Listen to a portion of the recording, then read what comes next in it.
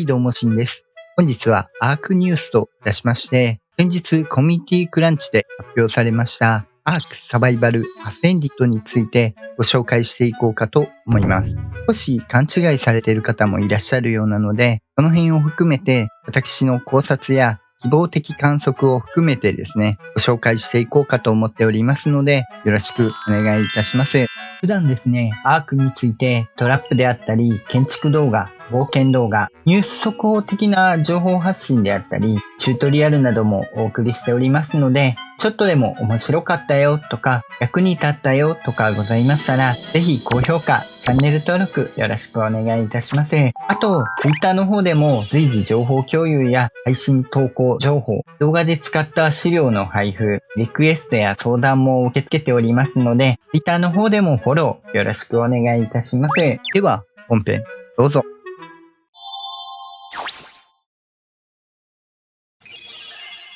ではですね、まず、アークサバイバルアセンディットとはというところなんですが、アセンディットっていうのがですね、昇華という意味を持っておりまして、アークサバイバルエボルブドを昇華したリマスター版になっております。ただ、内容はですね、かなり一新されているようでございまして、詳しくは後ほどご紹介させていただきます。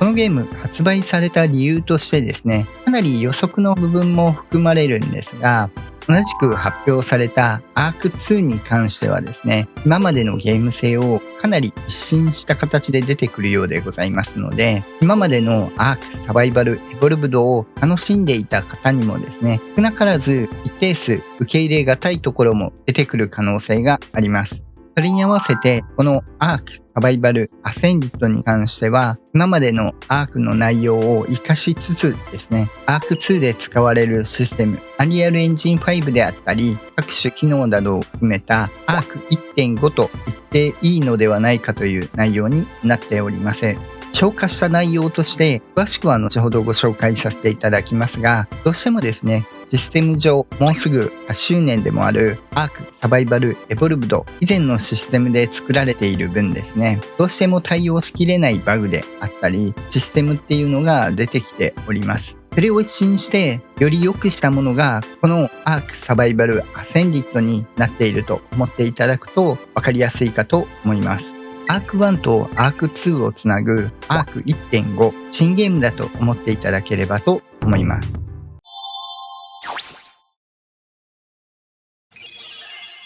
続いてですね、現状発表されている基本情報の話を先にしておこうかと思います。まず、プラットフォームなんですが、最終的に Xbox シーズン SX、PC 版は Steam、PlayStation 5でリリースされる予定です。ゲームとしては、アイランド、あとサバイバル・オブ・ザ・フィッテスト、および全てのダウンロードコンテンツマップが徐々に追加されていくようでございます。Xbox シリーズや PC に関してはですね、アークリスポーンドバンドルとして、アークサバイバルアセンディットとアーク2両方の所有権が含まれたものになっておりまして、価格が 49.99 ドル、今現状のレートで換算するとだいたい6600円ぐらいになってます。これは2023年8月末から最大1年間購入ができまして、その後はそれぞれアークサバイバルアセンディットとアーク2別に販売されるようでございます。こちらの値段はまだ発表されてないものになってます。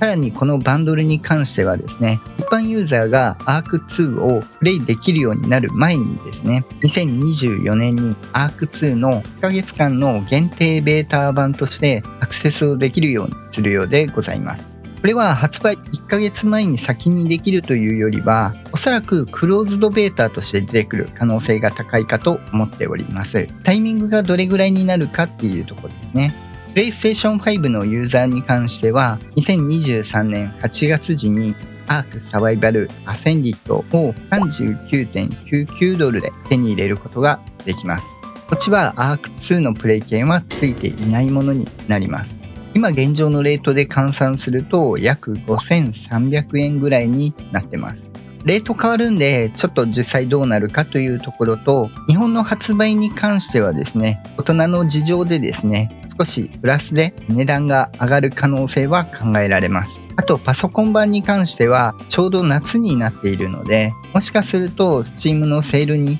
販売したてなのに出てくる可能性があるのと、待てる方に関してはですね、クリスマスとか Steam 結構割引イベントあるので、出てくる可能性は結構考えられます。割と割引されますんでね。この機会にパソコン版に入るのもいい機会かもしれません。拡張パックに関しては、それぞれ各プラットフォームで販売がされまして、スコーチドアース、アベレーション、エクスティンクションのエクスプローラーパス、あとジェネシスパート1、2のジェネシスパスがそれぞれ 19.99 ドル。今現状のレートで換算して2600円ぐらいで販売される予定です。スコーチドアースに関しては8月発売と同時に実装される予定でございまして、それ以降アベレーションが2023年の第4クォーター、エクスティンクションが2024年の第1クォーター、ジェネシスパート1が2024年の第1四半期、ジ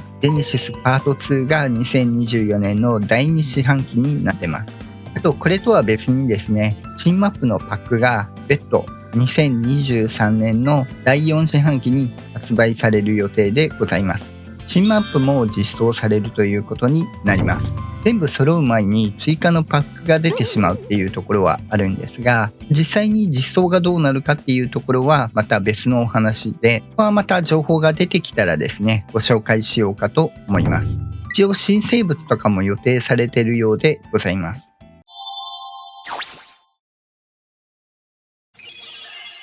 ここからが本題の新しく追加される機能についてになります。割とイメージされているのが単純に Unreal Engine 5で綺麗にしたと考えられている方が多いと思うんですが、それ以上にですね、いろいろすごい機能が追加されることになっておりますので、その辺を詳しくご紹介していこうかと思います。まずはイメージされている通りですね、Unreal Engine 5での新機能を使った見た目ですね。光であったり、水の表現、葉っぱの表現などもかなりリアルになるところはあります。さらにレンダリング機能ですね。わかりやすく言うとマップの読み込みみたいなもの、移動であったりそういったところが改善されます。これだけでも今までの読み込みですね、マップ内の移動に関してもかなり重たい部分があってですね、大変だった部分、困ってた部分っていうのが一気に改善される可能性が高いです。実はこれだけでもありがたかったりします。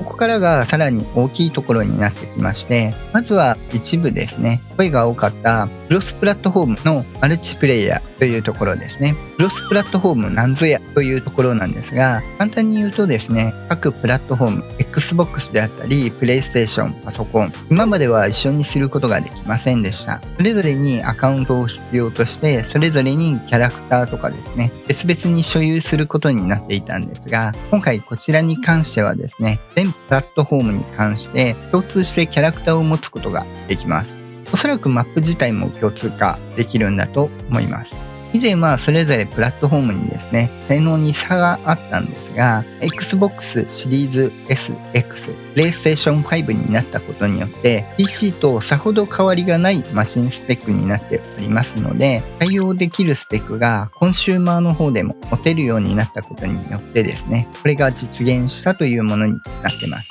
あとは Unreal Engine 5の機能もあってですね、これによってクロスプラットフォームのアカウント、クロスプレイ、クロスボイスチャットであったり、フレンドであったり、あとキャラクター、恐竜、アイテムに関してもクロスプレイが可能になっているようでございます。元に関しても、ここもかなり革新的な部分ではあるんですが、クロスプラットフォームでの元の利用ができるようになるようで、ここはまだ進めているところではあるので、実際どうなってくるかっていうところはまだあるかもしれないんですが、これによって今までパソコンにあったモッドなどをプレイステーションなどでも活用することができるようになります。なので、公式で出たモッドのみではなく、今までパソコンであったスポンサーリングされているモッドもそうですし、それ以外もですね、もっといろいろ出ているんですが、それが活用できるようになるようでございます。もちろんモッド側で対応しないといけないので、この辺のツールはですね、配られるようではあるんですけども、モッド制作者さんが完成しないことには実装できないので、一応スポンサーリングされているモッド制作者さんにはですね、あらかじめ発売前にツールをお渡ししてですね、仕上げてもらうように連絡を取るということになっているようではございます。ただちょっと全部がすぐ対応できるかはですね、やはりモッド制作者さんになってしまうので、なんとも今のところ言えないのかと思います。またそれとは別にプレミアムモッドという形で有料版のモッドもモッド制作者さんで価格指定して利用できるようになるようでございます。ここはモッド制作者さんにはですね、ありがたいところだと思います。ワイルドカードですね、モッド制作者さんにスポンサーリングという形で、もちろん認定された方のみにはなってしまいますが、結構サポートしている部分はあるんですが、本来は無料で趣味で作るようなものになってるんですけども、今回はさらにですね、有料販売もモッド制作者さんの裁量でですね、販売ができるというものになっているようでございます。さらに今盛り上がっておりますサバイバル・オブ・ザ・フィッテストに関しては完全にサポートされた新しいゲームモードとして実装されます。今はまだ早期アクセスのような形でテスト版で出ているんですけども、それが正式にゲームモードとして実装されます。こちらに関してもいろいろアップデートされておりまして、マップの見た目であったりクロスモッドもサポートされております。さらにショードマップが実装されるようでございまして、マッチメイキング Q とかスキンとか生物のカスタマイズに関しても実装されるようでございます。あと友達とのグループ機能とかも実装されるようですので、かなり今出ている他のバトルロイヤルゲームと近しいものになってくるのではないかなと思います。ハードウェアセットもアップグレードされるようでございます。各イベントに関しても新たなホリデーイベントが各種モッドとしてリリースされるようでございます。リリースされればですね、いつでもプレイができるようになっているようでございますので、公式であったりローカルプレイに関してはですね、いつでも起動してできるようになっているようでございます。さらにモッドなんで結構簡単にですね、適用ができるかと思いますので、ここも楽しみなところですね。実はここが一番注目していただきたいところなんですが、新しいコンテンツ、QOL の改善、バランス調整など、いろんなものが実装されます。一部発表されている部分というところにはなるんですが、まずはサバイバル・オブ・ザ・フィッテストから逆輸入されているミニマップの実装であったり、地図上のパン、ズーム、ピン打ちとかですね、かなり扱いやすいものになるようですね。構造物としても展示ケースとか小型テックテレポーターとか建築面でかなり期待ができるものになっております。さらに建築物の QOL、クオリティオブライフの改善としてスナップの修正、基礎サポートの増加、あと基礎の高さ調整などが入っているようなので、建築に関してもですね、どういう修正になってくるのか、かなり細かい部分でですね、スナップがいっぱいになった時に設置しづらいのとかがなんとかなると助かりますね。あとはいろいろ増加される部分もあるので、結構建築ですね、また幅が広がるかと思われます。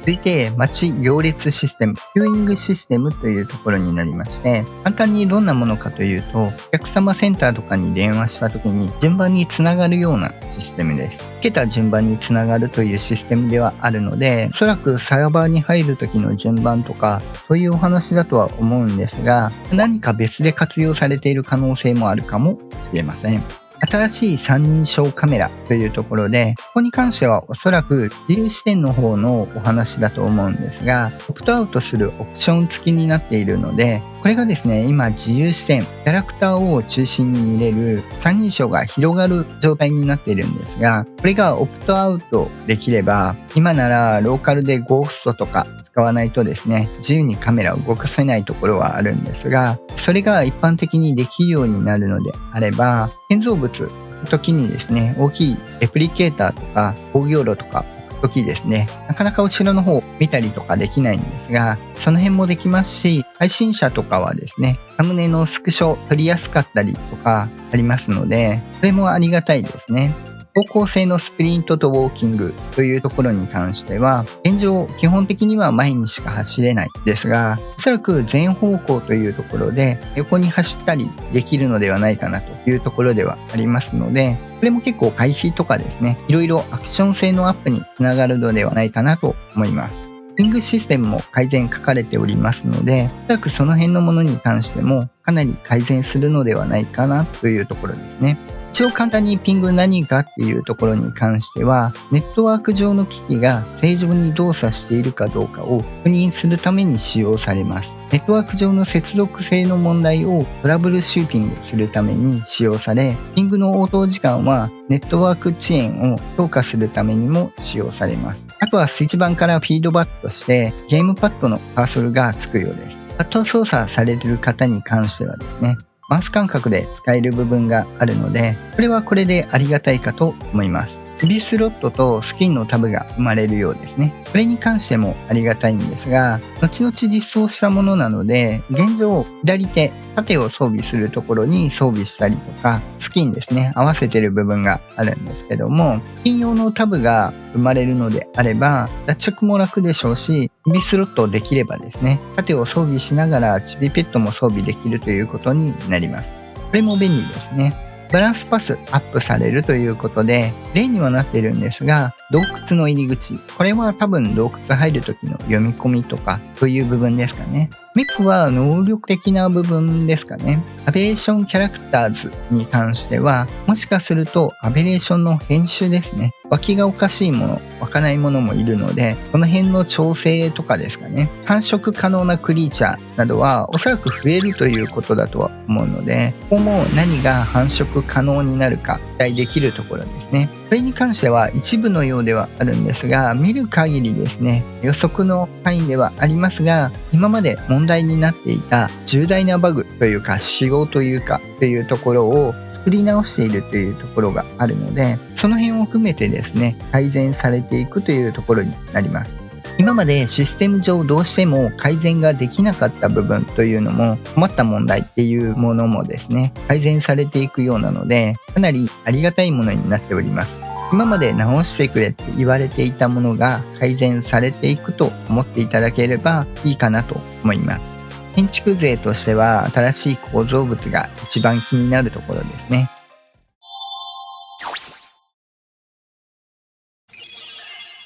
ここからなんですが、まずはですね、少しお金のお話が出ておりましたので、お話ししておきますと、ワイルドカード、もっとお金を取ろうと思えば取ることはできるんですけど、基本的にはゲーム販売ですね。あと、ダウンロードコンテンツでの販売以外でお金を取っていないんですね。追加ダウンロードコンテンツとかは置いておいたとしても、1回買えばお金かからないというものになってます。今の時代取ろうと思えば全然取れるんですね。それこそ他のゲームみたいにサーバーの維持費であったり、各種スキンの販売であったり、全然有料でお金を集めたりできるんですが、それをしないんですね。結構してもいいんじゃないっていうユーザーも多いとは思うんですが、ゲーム販売でしかお金を取らないというところがあって、どうやって維持しているのか不思議なところでもありますが、割引も結構してますしね。ダウンロードコンテンツあるんで、メインのソフトが売れればっていうところもあるんですが、実際モッドマップに関しても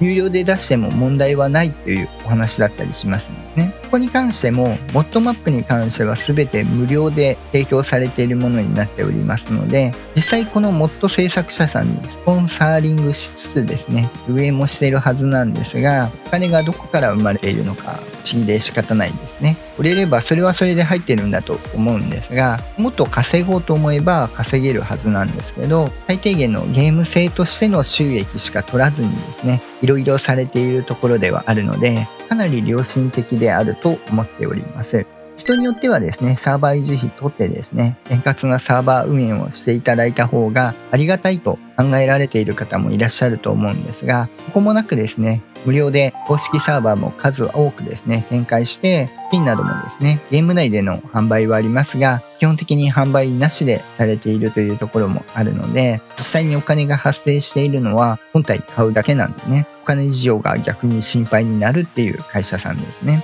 今回のアークサバイバルアセンディットに関してはですね、それこそ一からゲーム作ってるのと一緒なので、この価格で販売して本当にいいのかっていうぐらいですね、良心的に販売していただいておりますし、実際にですね、結構割引も今後ですね、されるのではないかなと思われるので、結構クリスマスとか狙い目かもしれませんね。当てる人は。一応ですね、全然自分関係ないんですけど、費用面でただお金を稼ぐためにアークサバイバルアセンディット出しているっていう意見がちらほら見受けられたので、この話だけしておきました。個人的にはですね、ここに関してもお金がかからないのは嬉しいのは嬉しいんですが、ただ潰れない程度にですね、頑張っていただければと思っておりますし、全然価格も安いですしね。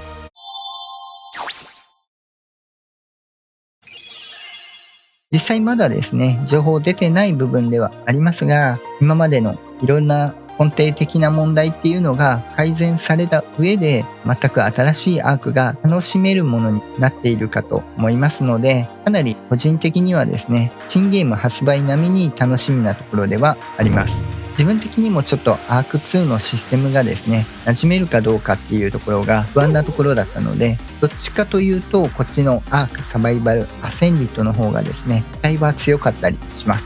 今後のですね、発売期待しつつですね、待ちたいと思っておりますし、情報が出ればまた随時ご紹介していこうかと思っておりますので、よろしくお願いいたします。では本日は以上といたします。普段ですね、アークについてトラップであったり、建築動画、冒険動画、ニュース速報的な情報発信であったり、チュートリアルなどもお送りしておりますので、ちょっとでも面白かったよとか、役に立ったよとかございましたら、ぜひ高評価、チャンネル登録よろしくお願いいたします。あと、Twitter の方でも随時情報共有や配信投稿情報、動画で使った資料の配布、リクエストや相談も受け付けておりますので、Twitter の方でもフォローよろしくお願いいたします。また次回お会いいたしましょう。バイバイ。